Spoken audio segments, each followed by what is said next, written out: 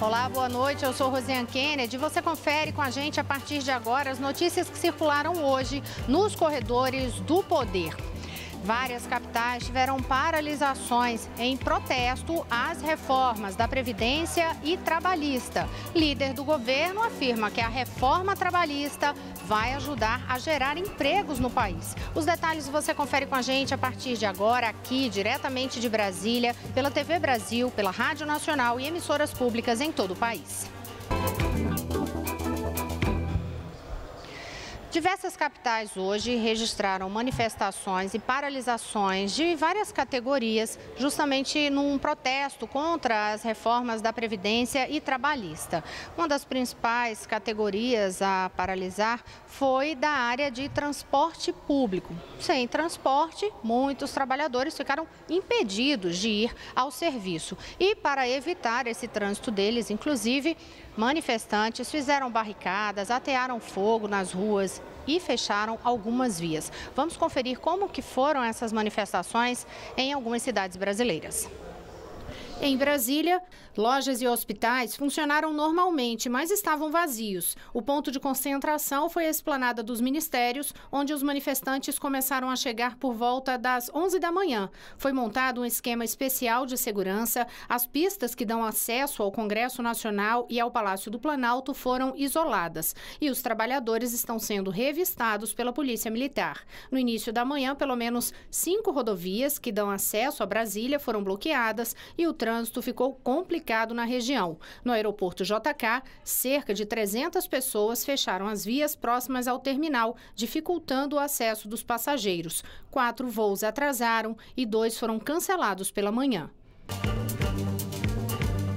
Em Belo Horizonte, as estações de metrô não abriram. Os rodoviários também aderiram à greve, mas alguns ônibus circularam. Manifestantes se concentraram na Praça 7 e na Praça da Estação, no centro da capital mineira. E a gente tem informações também de como foram essas manifestações em São Paulo e no Rio de Janeiro. Em São Paulo, os protestos começaram de madrugada. Manifestantes colocaram fogo em pneus no acesso ao aeroporto de Guarulhos. No aeroporto de Congonhas, houve confusão com integrantes da CUT.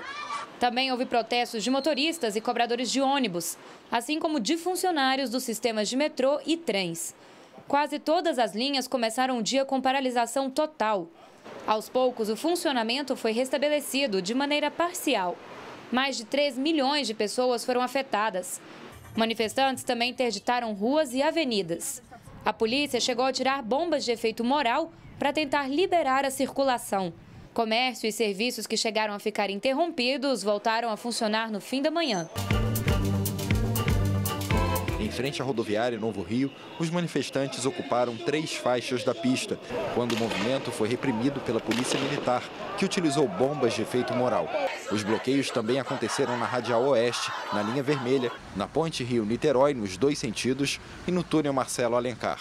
A Polícia Rodoviária informou que o congestionamento chegou a 11 quilômetros na ponte. Em Niterói, os manifestantes ocuparam o acesso às barcas e houve princípio de confusão.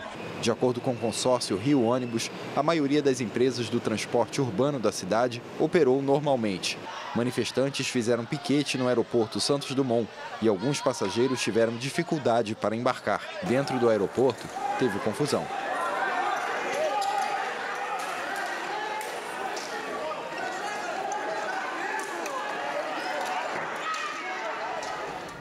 Essas foram as informações de Gabriela Santilo e também de Thiago Pimenta. E olha só, a situação aqui em Brasília, a gente sabe que teve esse problema específico com os transportes públicos no país, mas aqui em Brasília teve decisão judicial para evitar que houvesse uma paralisação total do transporte público. Quem tem os detalhes para a gente é Jéssica Gonçalves. Boa noite. Oi, Rosiane, boa noite a você e a todos. A Advocacia Geral da União conseguiu uma liminar para suspender a paralisação dos rodoviários e metroviários aqui no Distrito Federal e determinou o funcionamento mínimo de 30% da frota de ônibus e trens do metrô. A decisão da 5ª Vara Federal do DF impôs ainda uma multa de R$ 1.600.000 para os sindicatos em caso de descumprimento. Segundo os advogados públicos, a ação foi para evitar um colapso na continuidade do serviço Serviço Público Federal em Brasília. A AGU destacou que reconhece a importância do direito de greve previsto na Constituição, mas entende que o direito não é absoluto nem pode prejudicar outros direitos igualmente fundamentais. Em nota, o metrô informou que para funcionar sem risco aos usuários, precisaria de no mínimo 75% dos empregados, o que permitiria a circulação de 18 dos 24 trens disponíveis.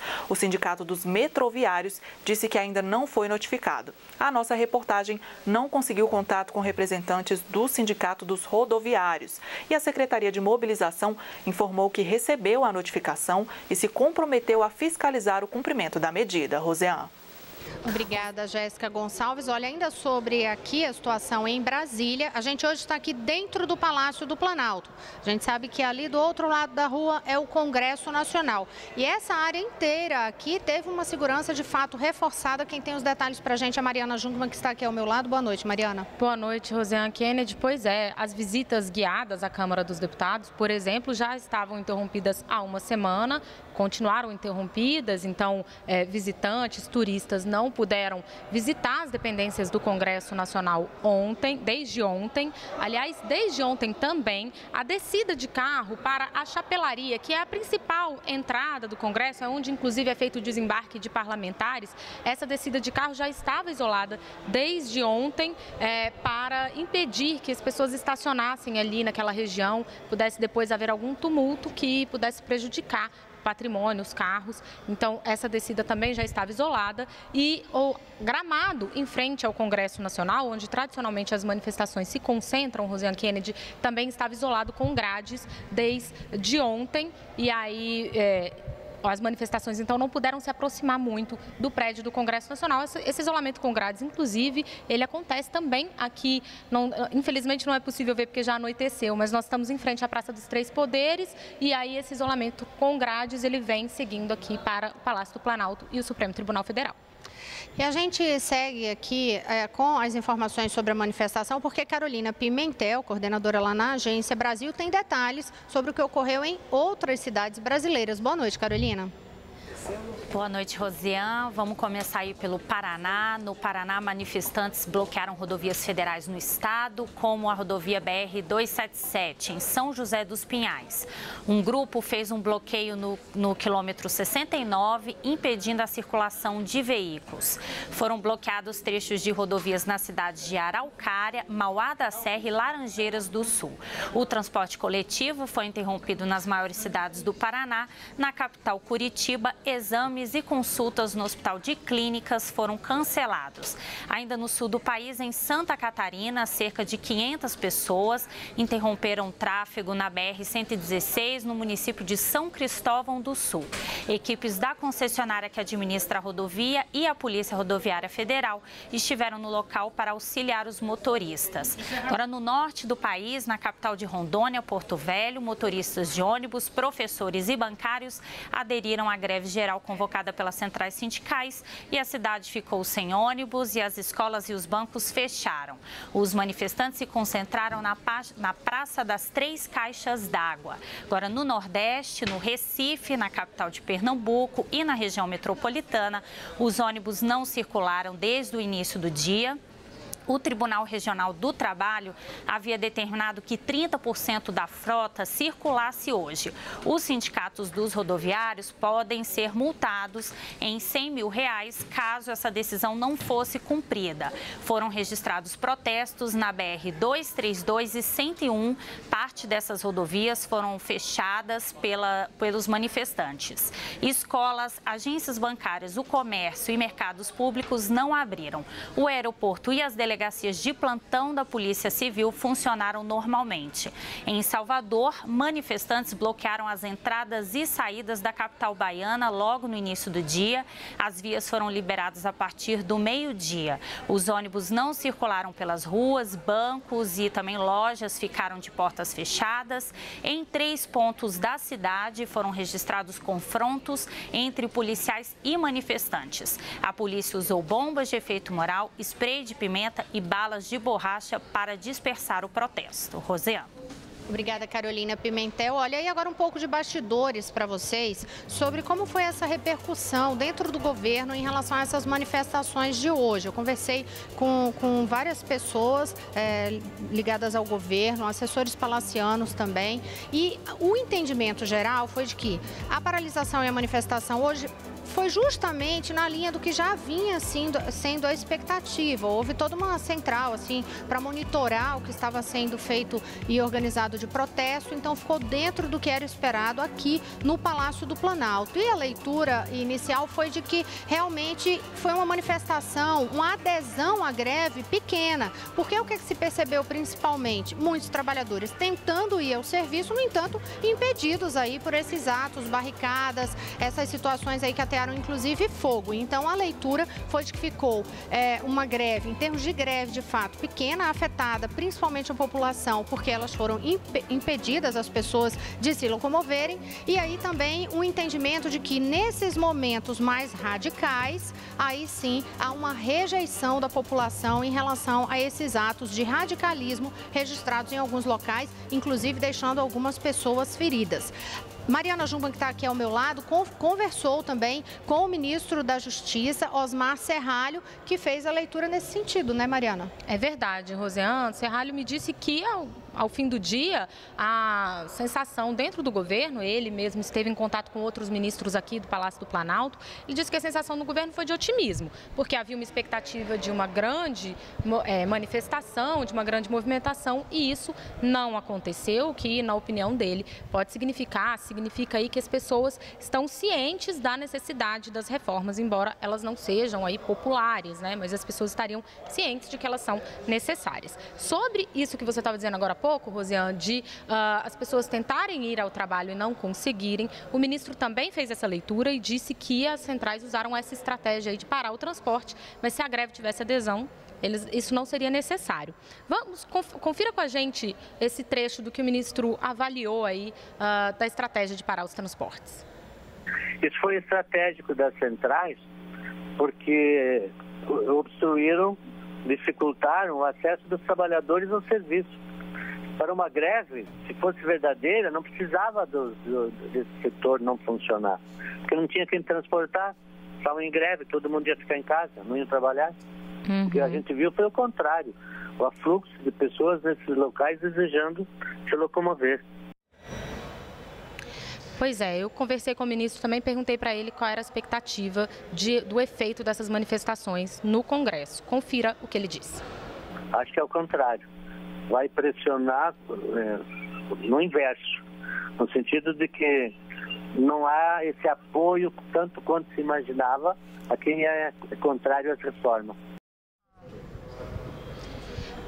Bom, Rosiane Kennedy, então aí a gente vê um pouco dessa avaliação do que o Congresso fez, do que o ministro fez. Mas você vai entender porque que ela já falou no Congresso, é porque o líder do governo no Senado, Romero Jucá, também falou. Mariana já está pensando à frente no que ela vai falar para a gente agora também. O que disse Romero Jucá, o líder do governo no Senado, Mariana? Ele disse, Rosiane, ele soltou uma nota hoje sobre a necessidade das reformas, disse que a reforma trabalhista é uma prioridade para o governo para ajudar na criação de empregos, que o texto representa um avanço e que teve uma aprovação inquestionável na Câmara dos Deputados, que muitas das reformas aprovadas já estão em funcionamento desde a regulamentação do trabalho doméstico. O líder do governo também defende a aprovação de um calendário para a reforma da trabalhista, passando por comissões no Senado, que será discutido com o presidente do Senado, Eunício Oliveira. Ele disse que espera que a tramitação leve um tempo razoável para que essa proposta possa ser aprovada logo. Olha, e a aprovação da reforma trabalhista foi um dos principais assuntos da semana, também teve aí as principais imagens da semana. Carlos Molinari gravou para a gente, você acompanha a locução das principais imagens desta semana. Após a conclusão da leitura do parecer do relator do projeto da reforma trabalhista, deputados de partidos de oposição ao governo retomaram a obstrução aos trabalhos no plenário e levantaram cartazes em formato de carteira de trabalho rasgada. A foto é de Antônio Cruz. Índios fazem manifestação na esplanada dos ministérios. O fotógrafo Wilson Dias registrou o momento de confronto dos índios com os policiais. Flechas para um lado, bombas de gás para outro.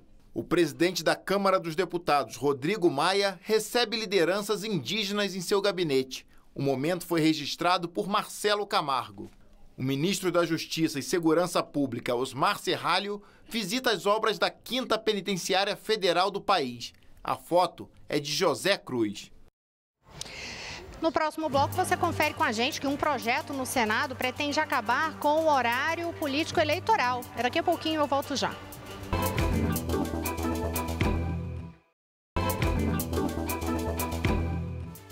Olá, estamos de volta e você confere com a gente as notícias que circularam hoje nos corredores do poder. Daqui a pouquinho eu conto detalhes sobre um projeto que tramita no Senado para acabar com a propaganda partidária e eleitoral. Mas antes disso, a gente confere com Catiúcia Neri quais são os destaques do Repórter Brasil, que vai ao ar daqui a pouquinho às 7h45. Boa noite, Catiúcia. Oi, Rosiane, boa noite. Você trouxe aí há pouco nos corredores do poder o resumo das manifestações de hoje pelo país e a gente vai atualizar a situação no Repórter Brasil. Vai falar também de mais de 14 milhões de desempregados. Foi com esse saldo negativo que o país fechou o primeiro trimestre do ano. E hoje teve mais uma operação da Polícia Federal relacionada à Lava Jato. Entre os alvos estão o senador Renan Calheiros e o advogado dele. Agora, notícias internacionais, a gente também vai falar. A Casa Branca tentou aliviar hoje a tensão entre os Estados Unidos e a Coreia do Norte, depois que o presidente Donald Trump admitiu a possibilidade de guerra contra os norte-coreanos. Já na Alemanha, o parlamento aprovou medidas de segurança que incluem a proibição do uso de véus. E tem mais desta sexta no Repórter Brasil. 7h45, todo mundo convidado. Tchau, obrigada, Rosiane. Até lá, então. Olha, e agora sim, eu falo sobre esse projeto que começou a tramitar no Senado Federal com a proposta ali de acabar com a propaganda partidária eleitoral. Foi uma proposta apresentada pelo senador Paulo Bauer, do PSDB de Santa Catarina. Ele argumenta que hoje existem outras formas de comunicação com um alcance mais efetivo. E ele ressalta também que, além de esses programas custarem muito caro para as campanhas eleitorais, também terminam pesando nos cofres públicos, porque há uma isenção fiscal em relação a essas propagandas, então é dinheiro que o governo deixa de arrecadar. Vamos ouvir o argumento de Paulo Bauer. A proposta que apresentei de acabar com o horário eleitoral gratuito vai permitir que o governo federal economize mais de 3 bilhões e 500 milhões de reais de recursos públicos nos próximos 12 anos. Esse valor já foi gasto nos últimos 12 só para fazer a propaganda eleitoral, que é chamada de gratuita, mas na verdade não é. Nós não votamos por causa de um programa eleitoral, nós votamos por causa de uma proposta, da conversa e do compromisso do candidato. Consulta, uma enquete ali com os nossos seguidores, se eles eram a favor. Eu coloquei ali no Twitter se a pessoa é favorável ao fim desse horário político-eleitoral e por quê. E aí a gente acompanha quais foram as respostas. Carlos Eduardo disse que é a favor, afirmou, porque a prova clara de que não serve para informar é a recessão e os escândalos de corrupção desde 1985. A seguidora Andressa Águida disse que é muito a favor, porque só falam besteira, não tem tempo de apresentar nenhuma proposta. Marco Iazete disse que o horário eleitoral é muito caro, que nada dito ali corresponde à realidade e que serve apenas para iludir os que não possuem discernimento político. Somente André Luiz Rocha disse ser contra o fim do horário político. Avaliou que o horário tem sua função principalmente nas comunidades longínquas e complementou: a forma atual pode não ser a mais adequada, então vamos melhorar. Na página do projeto no Senado também é possível opinar. Até o meio da tarde de hoje, 1.727 pessoas disseram ser a favor do fim da propaganda eleitoral e 109 afirmaram ser contra. E agora a gente vai até o estúdio da Rádio Nacional conferir informações com Jéssica Gonçalves sobre a operação da Polícia Federal. Rosiane, a Polícia Federal deflagrou hoje a Operação Satélites 2, nova fase da Lava Jato. Foram cumpridos 10 mandados de busca e apreensão autorizados pelo ministro Edson Fachin, do Supremo Tribunal Federal, nos estados de Alagoas, São Paulo, Sergipe, Rio Grande do Norte e aqui no Distrito Federal. As buscas foram para coletar provas de crimes contra a administração pública, lavagem de dinheiro, corrupção e organização criminosa, entre outros. Investigações relacionadas a desvio de recursos na Transpetro. A partir de informações do acordo de delação premiada do ex-presidente da Transpetro, Sérgio Machado, a polícia coletou documentos, equipamentos, mídias, arquivos eletrônicos, aparelhos de telefone, valores e objetos em endereços residenciais e também comerciais. A Operação Satélites, a primeira, foi deflagrada no dia 21 de março e cumpriu 14 mandados de busca em 4 estados e no Distrito Federal. O nome faz referência ao fato de que os principais alvos da operação são ligados a pessoas com prerrogativa de foro privilegiado. E sobre uma outra operação da Polícia Federal, a Carolina Pimentel, na redação da Agência Brasil, traz mais informações. Boa noite, Carol. Boa noite, Jéssica. Um grupo de narcotraficantes especializados em trazer grandes carregamentos de drogas para o Brasil foi o alvo da Operação Malote da Polícia Federal, deflagrada hoje em 5 estados. Foram cumpridos mais de 80 mandados judiciais. Sediada em Umuarama, no noroeste do Paraná, a quadrilha tinha ramificações em Mato Grosso do Sul e, segundo a Polícia Federal, fornecia drogas para São Paulo, Rio de Janeiro e estados da região Nordeste. A quadrilha atuava há 2 anos. Durante as investigações, a polícia descobriu que o grupo criminoso se comunicava por mensagens trocadas no aplicativo WhatsApp. Se condenados, os investigados devem responder por crimes ligados à lei antidrogas e à lei de combate ao crime organizado, além de corrupção ativa e passiva. As penas podem ser superiores a 40 anos de prisão. Agora, uma outra notícia: o Instituto Brasileiro do Meio Ambiente e dos Recursos Naturais Renováveis, o IBAMA, multou em 7,5 milhões a Norte Energia, empresa responsável pela construção e também operação da hidrelétrica de Belo Monte, no Rio Xingu, no Pará. Essa multa foi pelo descumprimento de normas obrigatórias para o funcionamento da usina. Segundo o IBAMA, a empresa não cumpriu de forma intencional a condicionante que determinava a realização de ligações domiciliares à rede de esgoto na cidade de Altamira, no Pará, até setembro de 2016. Outras 5 atuações somadas determinam o pagamento de cerca de R$810 mil por dia, até que a Norte Energia atenda aí às exigências feitas pelo IBAMA, que essas exigências sejam cumpridas. A Agência Brasil não conseguiu contato com a Norte Energia. Rosiane. Obrigada, Carolina Pimentel. E agora, olha, a Mariana Jungmann tem uma informação aqui a respeito do presidente do Senado, Eunício Oliveira, que foi internado. Ela contou aqui ontem, foi para a UTI. Agora ele saiu, Mariana? Já saiu do hospital ou só saiu da UTI? Saiu da UTI, da unidade de terapia intensiva. Eunício Oliveira, então, apresentando essa melhora. A expectativa é de que ele receba alta amanhã pela manhã. Segundo o último boletim médico divulgado pelo hospital, Rosiane Kennedy, ele iria passar por uma ressonância do crânio, uma ressonância magnética do crânio dele hoje, para saber aí se ele já estaria apto a receber alta amanhã. Nós não temos ainda o resultado desse exame. Tá joia, Mariana Jungmann. A gente volta a conversar com Carolina Pimentel, agora para a gente ter notícia também de corredores internacionais, o que anda acontecendo, o que ocorreu nesta sexta-feira. Carol. Bem, Rosiane, uma mulher ficou ferida e 6 pessoas foram presas na noite de ontem em uma operação antiterrorista em Londres e Kent, no sudeste da Inglaterra, de acordo com informações divulgadas hoje pela Polícia Metropolitana.